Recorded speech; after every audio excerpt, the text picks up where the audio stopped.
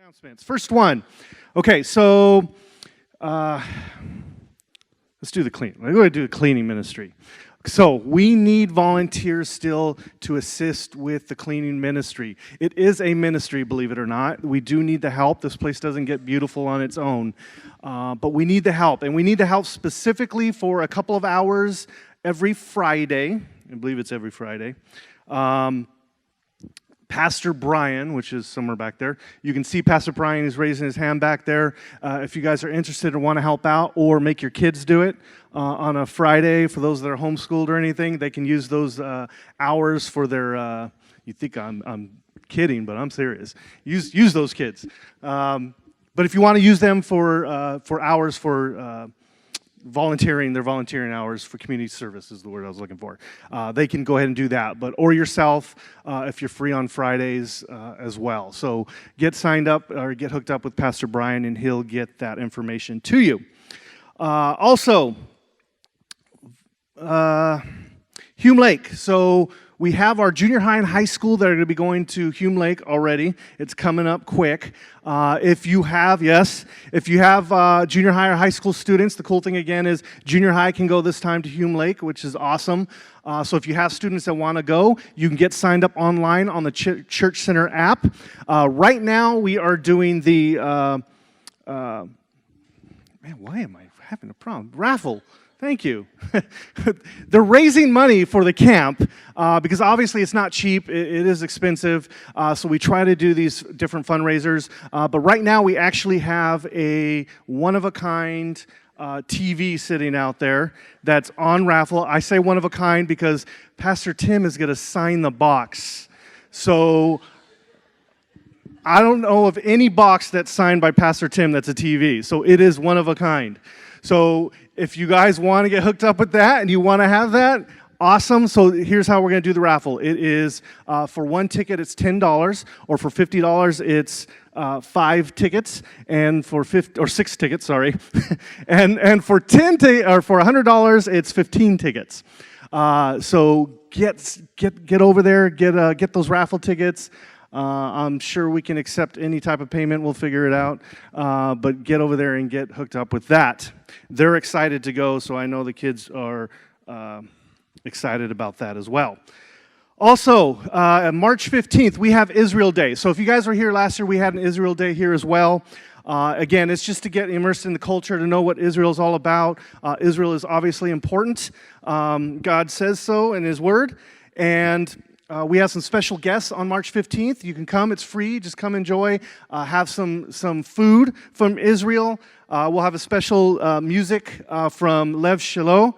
And again, a taste of Israeli food. If you've never had Israeli food, it's, for me, I'm very picky with my food, but I could even eat that. So come out, come with us. It'll be fun. You'll have a good time. So again, March 15th, mark that on your calendars. We'll have that on the church app as well, so you guys can remember and mark it as well. And then the last thing is voter registration. You guys know it's coming, right? Yes. So as Christians, and I know as I grew up, I didn't take this seriously, but as adults, we need to take this seriously. You guys are God's voice right now, and if we don't speak up, nobody will. So we need to make those votes count. So we're doing a couple of things. One, did you guys see the big tent out there? So this week and next week, we'll be out there. If you mail in your ballots, this is what we're asking. You can actually mail in your ballots. You can bring them to us between today and next week, and we'll send them to you. You don't have to mail them in, and what's actually good about that, 2 things. Number one, we're going to send it directly to the registrar. We're going to go directly there, so we're not mailing it. And then the other thing is, I'm learning that if you mail it in now ahead of time, next year you won't get those mailers that you like in the mail because they just won't stop sending them to you because it saves money. Because since they think you're going to vote ahead of time anyways, it doesn't matter. So if you wait and turn it in with us, you'll still get those mailers. So if you need information on it, come talk to us. Pastor Tim will be out there. He'll give you information. Now, I can say easily, he'll tell you how to vote, and he will if you'd like that. But at least get the information so you know to make a sound decision. And you need to know that information. So a lot of things out there, a lot of people say they're for something, and then you find out they're not for it.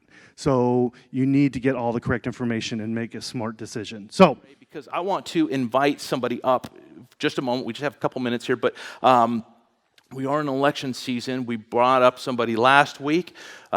This week I want to bring up somebody who's running for an open Senate seat. You guys know that Jeff Stone is no longer in the Senate seat that he was holding. He's now on the Trump administration. But we have somebody running for that Senate seat.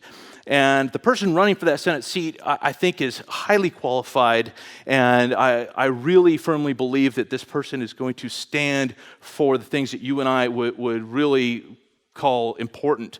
One of the things I want to say is, so it's Melissa Melendez that I'm talking about, and one of the things I really, really love, I wanted to get the picture, but I couldn't find the picture, is if you look at the assembly, because right now she's the assemblywoman in Assembly District 67. They had the assembly picture, the photograph of everybody in there, and she had the American and the Israeli flag on her desk. And you know what they said? Take that down. And you know what she said? Come and take it. She wouldn't let them. She wouldn't take it down. She left the American and Israeli flag up, and it's the only one that was willing to take a stand for Israel like that. So to me, she's a fighter. She's the type of person we want in that open Senate seat. And she votes right when it comes to the moral issues that you and I would care about. And so please welcome up Melissa Melendez.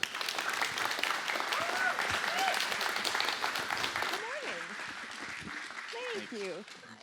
Good morning, everyone. So that story's true, actually. Every 2 years, they take the official assembly portrait on the floor, and I sit right in the front because they want to keep an eye on me. And I have my Israeli and American flag, and there are other flags on various desks throughout the assembly. Not everyone has one, but some have the American flag, some have a rainbow flag, some have, pick something. But when they were taking the pictures, I guess they wanted everybody's desk to look uniform, and so they wanted us all to take everything down off of our desks, and there was no way I was going to take down my flags. And I thought, because the guy looked at me and just kind of went, okay. And he walked away, and I thought, well, they'll Photoshop this out of the picture later. I was fully prepared for that, and they did not. And they probably knew that I would, cause a big stir about it, and so they said, she's not worth it, just let her. But anyway, so yes, you do have to fight for what you believe in Sacramento. You can't sit back. My job is not to go up there and watch everything happen and say, oh gosh, isn't this terrible? There's nothing I can do. I have a million other things I could be doing, and sitting up there watching the world go by is not one of them. My husband and I have 5 kids. We have our own business. We have a good life. We have a good family. And I'm not going to sacrifice missing some time with all of them to go up there and just, sit on my hands. So that's my job, is to go up there and fight for you and fight for my family and the morals and the beliefs that we have. Pastor Tim and I talk frequently. He'll send me an email saying, what about this bill? What about that bill? And what was the most recent one you were asking me about? I can't remember.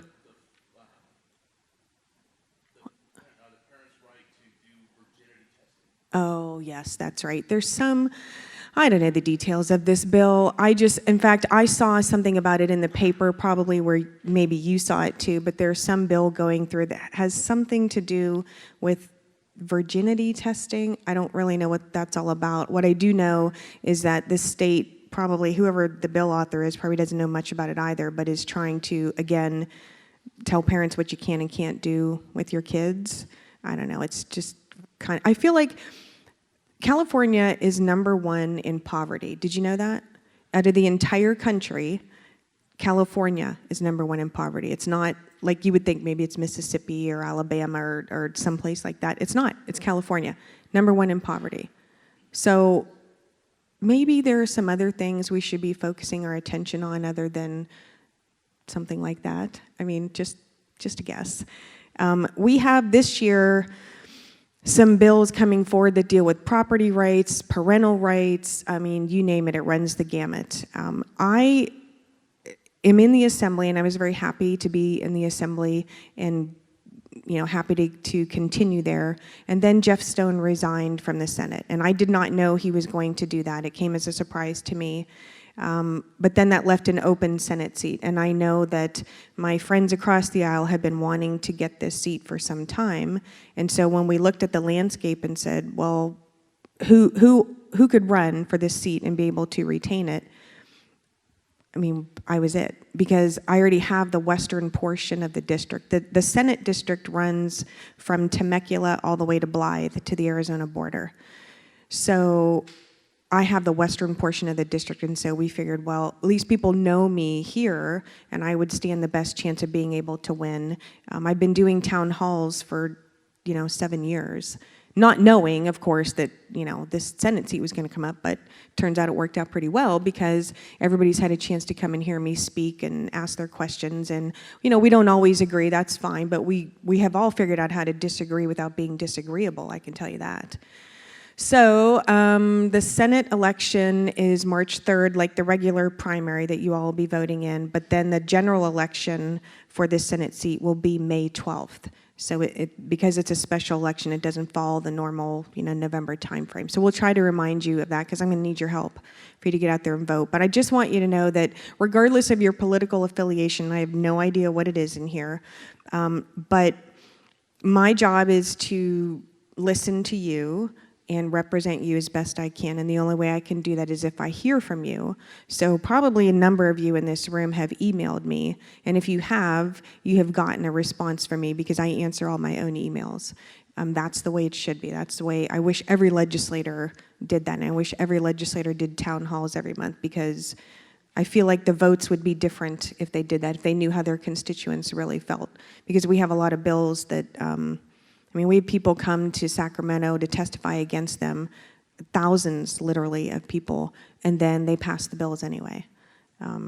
It's frustrating, but all the more reason why it's important to vote. So I would be grateful if you would offer me your support. I promise you I will continue to do what I've been doing, which is listen and vote the way my constituents want me to vote. And sometimes that's not always the way I would vote. I will tell you that. There have been times where my preference would have been a different outcome, but when you hear from your constituents and they say, no, we want this or we don't want that, that's what I'm supposed to do. So that's what you do.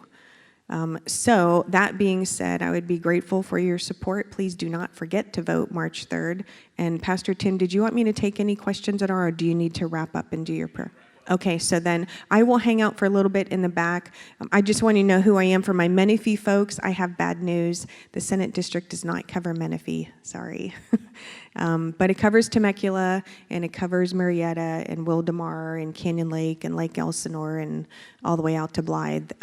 But if you have any questions, I'll be in the back. And Samantha is also here. If you're interested in helping out, we're having a precinct walk and phone bank time next Sunday, starting at 10 o'clock, and Samantha can give you the information about that. But we'd be very grateful for your help, because this Senate district it's a split district. It's 50% Republican, 50% Democrat.